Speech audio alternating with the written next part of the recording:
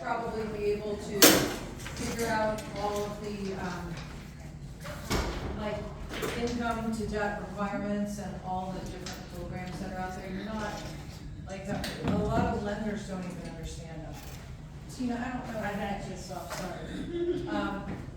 And so don't worry about like trying to figure out what program is out there, like that you can qualify for versus you, because the $65,000 that Lou was talking about, it's an awesome program.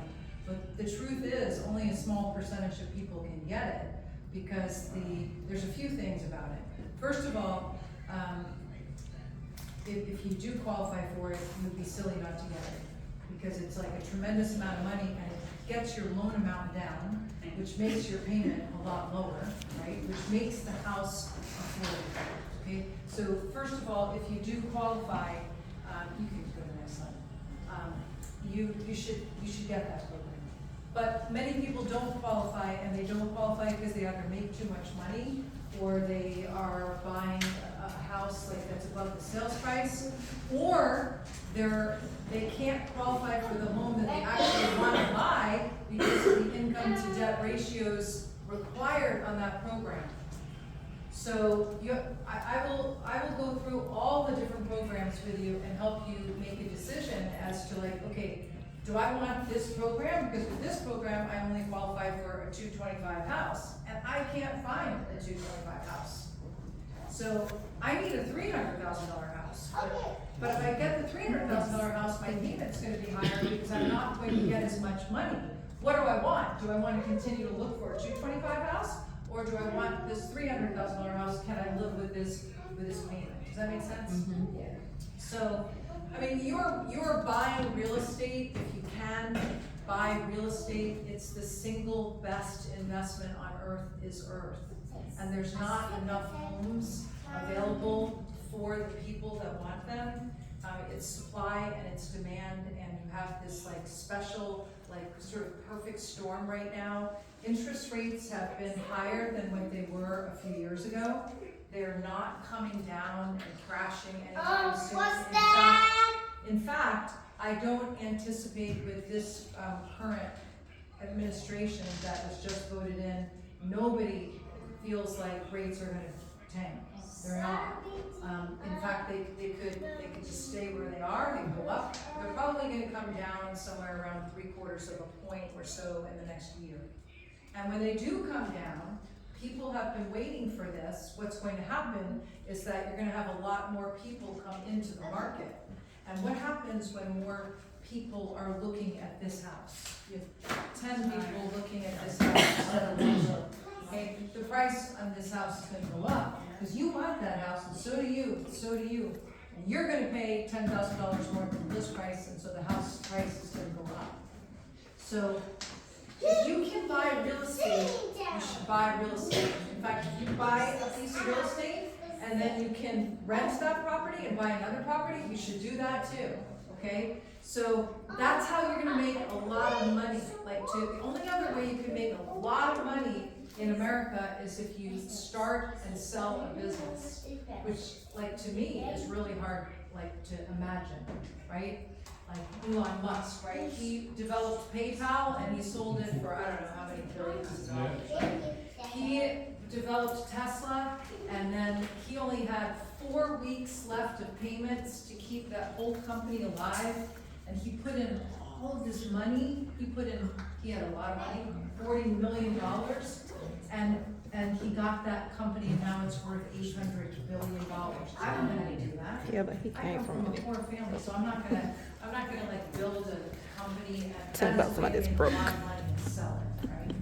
Well, another way that you can make a lot of money is real estate. You buy real estate and you wait, and you never have to hit a home run in real estate. Let me tell you 20 million reasons why you should buy here. It's the best city to move in according to Forbes. The best place for millennials, the #1 top metro career in the area, #3 top city, #2 best city to move in, #1 fresh start, #1 place for people to retire, blah, blah, blah, blah, blah. We live here, okay? We take it for granted how affordable it is. It doesn't seem affordable to us if we've been here a long time because the prices have gone up so much, but people, it is really affordable compared to other places in the country. So, that's why the outlying cities are really developing now, and you see people moving farther out into these outskirts cities, because these outskirts cities are much more affordable than Raleigh or Cary or inside the Beltline. You're gonna have to move out a little bit, even if you go to like Southport. Southport's prices are so much better than here. Like, for example, the average price in Raleigh and in Youngsville, the average price is $477,000. That is not affordable for first-time buyers in general, okay? The average price in Franklinton is $272,000. Whoa, that's a heck of a difference, okay? So if you can buy real estate and just make your payments on time and keep the piece of real estate, you will become financially independent, okay? You just don't want to buy so much of a house that you can't afford it. And that's why these programs, when we say down payment assistance, that's like this big circle. It's not one program, friends. It's like 5 or 6 different programs. Rents rise because home prices rise. And of course, we've been told from the time we were really little to own a piece of the rock. So we want a piece of the rock. If you're not buying a house, you're paying a mortgage anyway. You're just paying your landlord's mortgage because your landlord has a mortgage probably. And did you know that when you buy a house, your net worth is 40 times that of the average renter? And what is so amazing about this, friends, is that this doesn't have to do only with a home, but something in your mind changes when you buy a house. You go, hey, you know what? Let's like cook at home tonight. And I had a client of mine who wanted to live next to a Starbucks, and they bought a property so they could walk to Starbucks. And so I've called them and I'm like, hey, how's your house and stuff? And she goes, you know what? I just make Starbucks at home now. It's so weird. Because she sits in her own backyard with her dog and has Starbucks coffee and saves money. So your other assets go up too, because I don't know, you become a little bit more responsible in general speaking terms, okay? Go ahead. There are certain times in history where the home prices have gone down. And in 2007 and in 2008, they went down. However, every other time is followed by a time where you can make a lot of money in real estate. Like if you buy a house, on average, the house goes up on average, you guys, about how much per year? Tell me on average, do you guys know? It's like 3 or 4%. More far off, James, more far off. So, but there are times when home prices go up 19% in a year, or 10% in a year. And what you have to do is you have to hold the piece of real estate. It's like your boyfriend, okay? You have to hold on to the guy. Okay? You have to hold on to the guy, and you give it a little bit of care, and all of a sudden it blossoms. Okay? That's like a house, okay? You hold on to it, okay? It really is. It's like you don't have to hit a home run. You don't have to get like a killer deal. You just have to hold it. So instead of waiting to buy real estate, you should buy real estate and wait. And this is like amazing to me. Okay, like I don't know if I can explain this to you, but you have you kids, okay? And this one kid these guys are friends, okay? They graduated together. But Joe started saving money when he was 19. And he started saving when he was 19, $300 a month, okay? And you're like, well, that's a lot of money for a 19-year-old, okay? But Bob, his best friend, said, you know what? I'm sorry, I can't do that. I have bills to pay, I have to help my family. And he started saving $300 a month when he was 27, so 8 years later. Joe, he invested, he stopped putting money in when he was 27. He said, I'm going to invest this $300 a month from the age of 19 to 27. That's what I'm going to do. And then I'm going to stop. I'm done. Okay, now I'm going to spend money. Okay, so he invested $28,000. Now Bob said, no. I'm going to start saving when I'm 27, but I'm gonna save all the way up until I'm 65. I am gonna be the winner. I'm going to invest $140,000. And so we all hear about this thing called compound interest.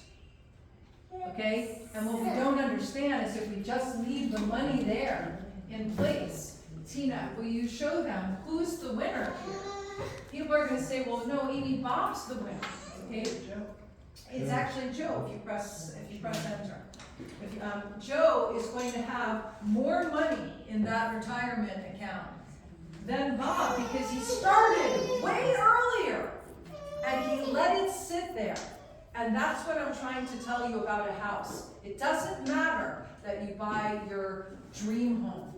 It doesn't matter. It matters that you buy a home, a decent home. Like, it could be a home that's not perfect. There's no home that's perfect. Like, there's no person that's perfect. You're not going to find the perfect home. You're not. There's no such thing, okay? But you just hold it.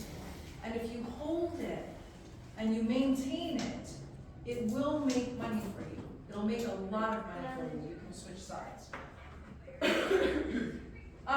The biggest obstacle to buying a home is a down payment.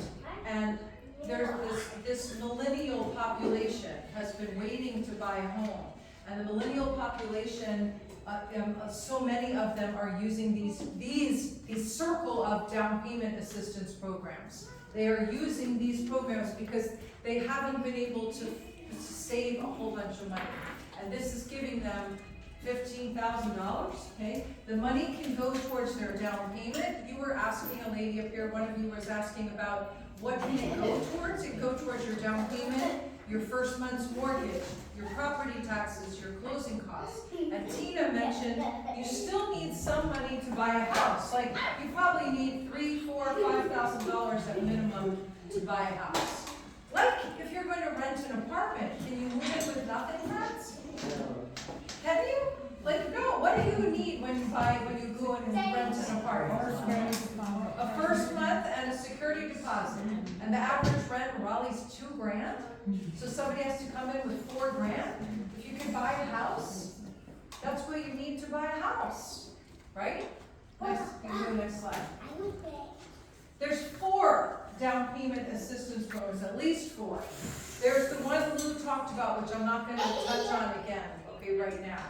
There's one that a lot of people use. It's the $15,000 program.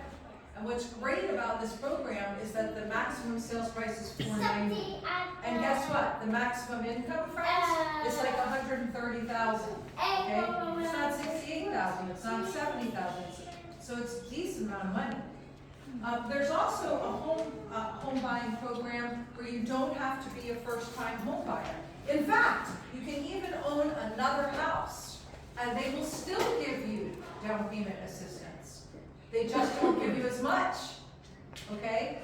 Then there are also programs where you can get down payment assistance if you are buying a existing manufactured home, okay? Now, I moved here from California in 1990s, and I can tell you that was one of the biggest mistakes I made was buying a new construction home because I didn't know the area, and it was my dream to live on a farm, and so I ended up selling that house. My husband and I ended up selling that house a few years later, and the builder was still in the neighborhood, and I had to compete against the builder, and we really didn't make any money because somebody wanted to really buy a brand new house instead of like a 2 or 3-year-old house because they didn't like what I put as the kitchen cabinets and stuff. They wanted their own kitchen cabinets. If I would have bought an existing home, I would have made a lot more money.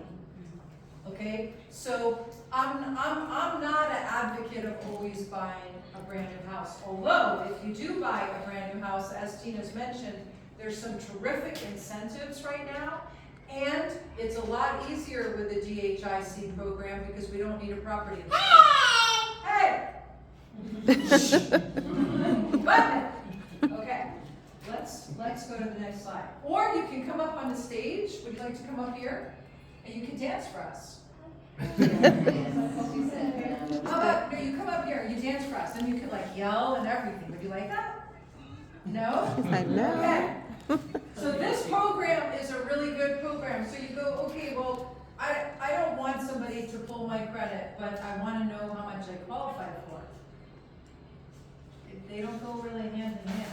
Like we as a lender, we have to see, I have to see the whole picture, because I'm saying to you, like in a promise, like you qualify for this. And if I make a mistake, then you could possibly lose your due diligence money, and I can lose my license.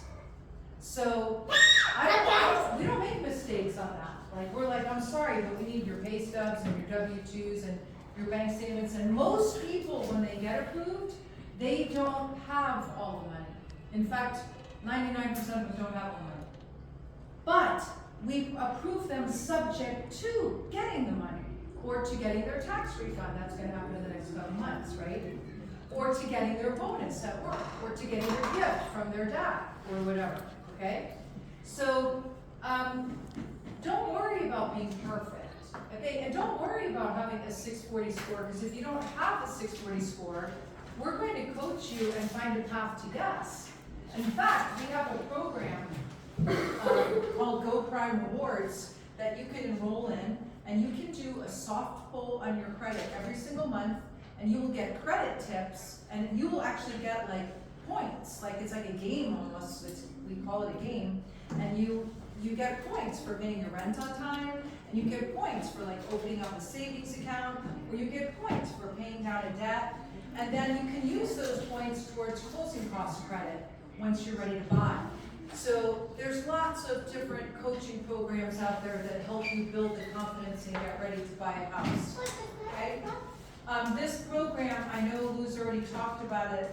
You can combine it with a $15,000 program. That's how you get the 50 from like CPLP, and then we combine it with the 15, we layer it, and we give you two programs. And you have to work with somebody that understands these programs, and I can tell you, they're not like vanilla, easy programs. Welcome. Next slide. And Yeah. I'm looking at your thing here, there. Is this up to $50,000 is limited down to $1,000? No, I just put the information on Johnson Wake County just because that's where we are. Okay. I didn't want to list all of them. If you do currently own a home, like somebody in the room was saying, hey, what, like, oh, these are only for first-time home buyers. There are 0 down payment programs, USDA financing, VA financing, that you do not have to be a first-time buyer. There are down payment assistance programs for people that even own another house. And there's like so many programs out there. And that's why if you just work with somebody that has access to all of these programs, we will help you, okay? Like, we're here to help you, like, to help serve you and help you reach your goals and your dreams. And sometimes people are scared of failing, and so they don't even try, because they just want to give up because they think, I'm never going to be able to do that. Like, I'm never going to find something. And I can just tell you that's just not true. Like, our country wasn't built on people like going, like dragging their crap through the plains of with their wagons and stuff and giving up. I mean, it was built on people like that weren't going to give up. They weren't going to be beat. Like, they're not going to take no for an answer.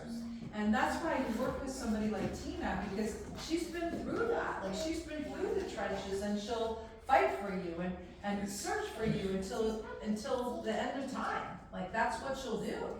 So don't think you can't do something because you don't have a exactly perfect credit score, or you've had something wrong with your past, or you don't make enough money, because there's a path to yes if you can afford the monthly payment, okay? And then we also have this program when somebody wants to buy an existing manufactured home. And I'm not going to go through all like the details of the program. I'm just telling you about these programs. we are gonna send you this PowerPoint so that you have the PowerPoint and you can ask any of us questions. You can call us and we can answer any of your questions. You just have to, we'll help you figure out what are the best programs with your income, your debt, your credit, okay?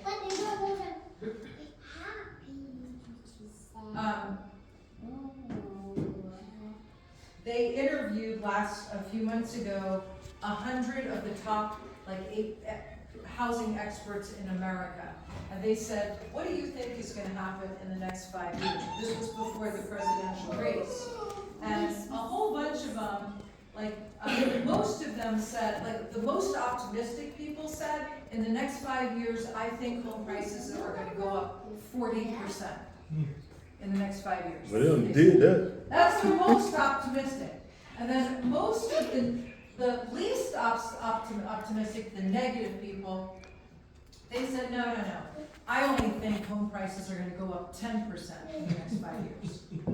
That was the most negative people, right? The most negative people. That's like my husband, okay?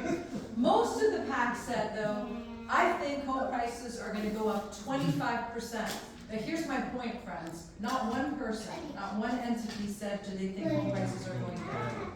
That's my point to you, okay? It doesn't matter what this says. The point is if you want to make money, even if you need to buy the home with your brother or your sister or your mom or your dad, you should try to find a way to do it. All right. The payment calculators that are found online, a lot of my clients, they go to them and they don't include mortgage insurance or what the property taxes are. The homeowners insurance quotes, homeowners insurance companies are generally suffering right now with all these bad storms, and so what you see online is really not accurate for your homeowners insurance right now, okay? So be aware of those. There's also this consumer credit score, the credit score that you can pull. And Tina gave some very good advice about you should pull your credit score to make sure nobody is accessing your stuff, right? So, but it's not a mortgage credit score. And the soft credit scores, listen to this, Lou, I had a client and we did a soft pull, which they insisted on the soft pull. Their soft pull credit score was 611. Well, we did a hard pull and their credit score was 687. They're different scores. So I just thought it's normally opposite, right? Right. And this just happened. Yeah, for DHIC, we use the same credit bureaus you guys use. It's a mortgage credit report. Because it's a Yeah. nonprofit, Right. it's right, yeah. So just be aware that the mortgage credit scores are a little different than the consumer credit scores. And some people are like, oh, if I get my credit score pulled, my credit score will drop 50 points. No, that doesn't happen. That is not true. Unless what Lou said happens, you go and you're applying for the furniture place, and then I bought a car, I applied for a house loan, I got another credit card. New pieces of credit can really negatively affect your score. So sometimes I have people that don't have any credit. Right. They and this is they had a bad experience with credit and they close everything, and then they don't have a credit score. Or they have a lower credit score. I have a guy right now with a 615 score, and he's a police officer, and it's not because his credit is horrible. It's not. Okay, it's he has no credit. It's from 5 years ago. The only thing he has is a joint credit card with his wife, and of course it's her credit card, and it's the $12,000 limit, and they owe $11,700 on it. So that's not good.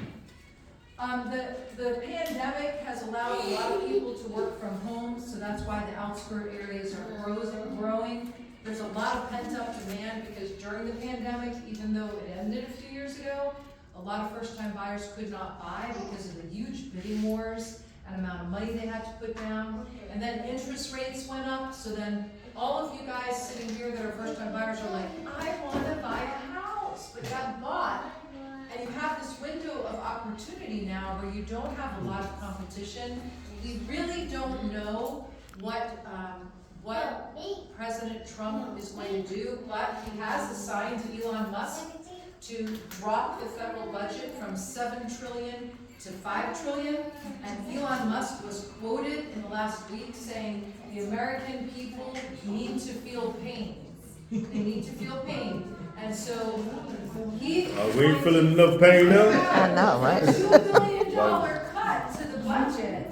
So much more I pain? pray that it won't affect these down payment assistance programs and things like that. That's what I'm Now, I have a question.